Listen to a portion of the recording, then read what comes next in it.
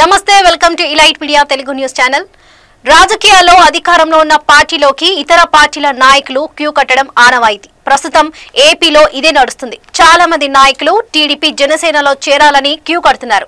అయితే ఈ పార్టీలు మాత్రం అన్ని పరిశీలించి నిర్ణయం తీసుకుంటుంది. ఇప్పుడు ఆ మంచి టైం వచ్చింది. జనసేనలో చేరేందుకు తీవ్ర స్థాయిలో ప్రయత్నిస్తున్నారు. మరి ఆయన్ను పవన్ చేర్చుకుంటారా? ఇటీవల జరిగిన భేటీలో దేనిపై చర్చించారు? చేరికకు పవన్ గ్రీన్ సిగ్నల్ ఇచ్చారా అనేది తెలియాలంటే ఈ స్టోరీలో చూద్దాం. ఆమంచి కృష్ణమోహన్ చీరాల మాజీ ఎమ్మెల్యే. ప్రస్తుతం ఆయన కాంగ్రెస్ పార్టీలో ఉన్నారు. కానీ ఆయన పరిస్థితి డోలాయమానంలో ఉంది. గత ఏడాది ఎన్నికలకు ముందు వైసీపీని వీడి కాంగ్రెస్ లో చేరారు. ఆ పార్టీ టికెట్ పై చీరాల నుంచి బరిలో నిలిచారు. వ్యక్తిగత ఇమేజ్ ను ఆయన ఎన్నికల్లో ఓట్లు రాబట్టుకునేందుకు వినియోగించుకున్నారు. విజయం సాధించారు. ఆ తర్వాత టీడీపీ అధికారంలోకి రావడంతో ఆ గూటికి చేరారు. ఇక 2019 ఎన్నికల్లో తనకు టికెట్ ఇస్తారో లేదో అన్న అపనమ్మకంతో అనూహ్యంగా వైసీపీ చెంతకు చేరిపోయారు. అయితే ఆయన టికెట్ దక్కించుకున్నా రాష్ట్ర వ్యాప్తంగా జగన్ హవా కొనసాగినా విజయం దక్కించుకోలేకపోయారు. ఇక ఆ తర్వాత నియోజకవర్గాల మార్పులు, వైసీపీల అవమానాలు, తన మాట నెగ్గకపోవడం ఇవన్నీ గుండుగుత్తుగా ఆమంచిపై ప్రభావం చూపించాయి. దీంతో వైసీపీ నుంచి బయటకు వచ్చాయి.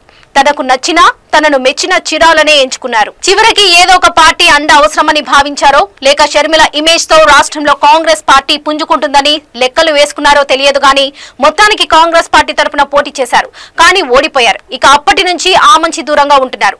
రాజకీయాలకు సైతం దూరంగా ఉంటూ వచ్చారు. కానీ ఇప్పుడు వ్యక్తిగతంగా చూసుకుంటే ఆయన పరిస్థితి ఇబ్బందిగా మారింది. ఈ క్రమంలో జనసేన వైపు ఆయన చూపులు సాగుతున్నాయని కొన్నాళ్లుగా చర్చ సాగుతుంది. తాజాగా అందిన విశ్వసనీయ సమాచారం ప్రకారం జనసేనలోకి ఆమంచి ఎంట్రీ దాదాపు ఖరారైనట్టు తెలుస్తుంది. అన్ని అనుకున్నట్లు జరిగితే వచ్చే నెలలో ఆయన ఎంట్రీ ఉంటుందని అనుచరులు చెబుతున్నారు. ఆ వెంటనే నామినేటెడ్ పదవిని కూడా ఆయనకు ఆఫర్ చేయవచ్చని తెలుస్తుంది. ఇక్కడే మరో విషయం ఏంటంటే ఆమంచి సోదరుడు స్వాములు గత ఎన్నికలకు ముందు జనసేనలో చేరారు.